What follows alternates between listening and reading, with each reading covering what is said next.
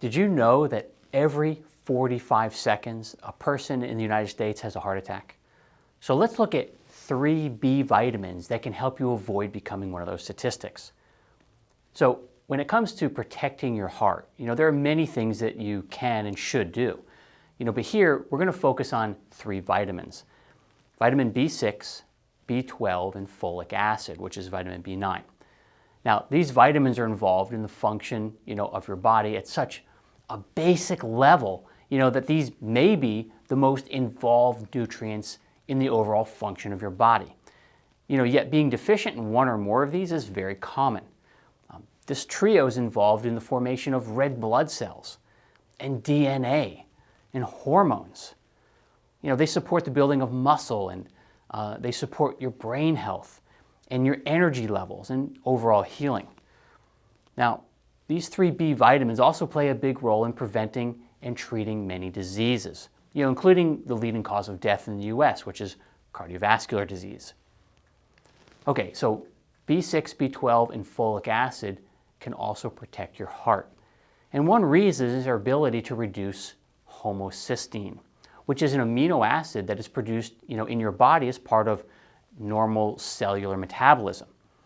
However, this homocysteine should be, quickly converted into other things, and so it shouldn't be building up in your body. And the most common cause of high homocysteine levels is a deficiency in the vitamins B6, B12, and folic acid. Because they're essential to the process where your body converts the homocysteine into other things. Now, the problem with having high levels of homocysteine, is that it's pro-inflammatory. And so it causes your body to become chronically inflamed. And inflammation is literally at the root of most chronic diseases. And so higher homocysteine levels in your blood increases your risk for basically all the diseases that you don't want to get.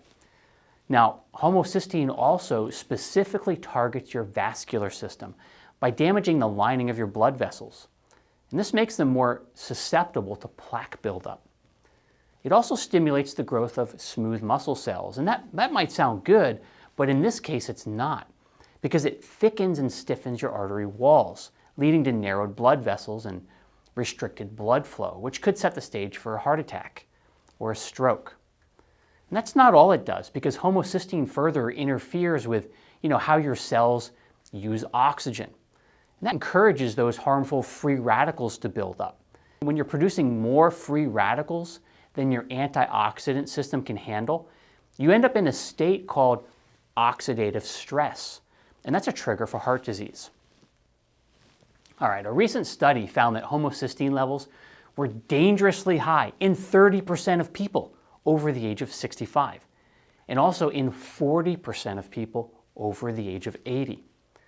So here's the takeaway. High homocysteine levels are dangerous and can lead to just about any disease that you're trying to avoid, but particularly heart disease, which is the #1 killer. And the most common cause of high homocysteine levels is a lack of vitamins B6, B12, and folic acid. And this is best handled by eating the right foods. So let's take a look. In terms of B6, turkey and chicken are great sources, grass-fed beef, pistachios, avocado, sunflower seeds, and sesame seeds. The one caveat being there that if you're gluten sensitive, sesame may be a problem for you, so you have to be careful about that. And for B12, we've got grass-fed beef and liver, lamb, mackerel and sardines, wild-caught salmon, and pasture-raised eggs. And then for folic acid, which is vitamin B9, we've got beef liver, spinach, Brussels sprouts, asparagus, broccoli, and then there's the avocado again. So those are the foods that you'd want to include in your diet for each of those vitamins. And for most people who don't eat a perfect diet, you want to supplement your diet with those vitamins as well. Now, as we wrap up here, I also want to comment that there are other lifestyle factors that can contribute to high homocysteine levels. Things like a lack of exercise and smoking and drinking alcohol.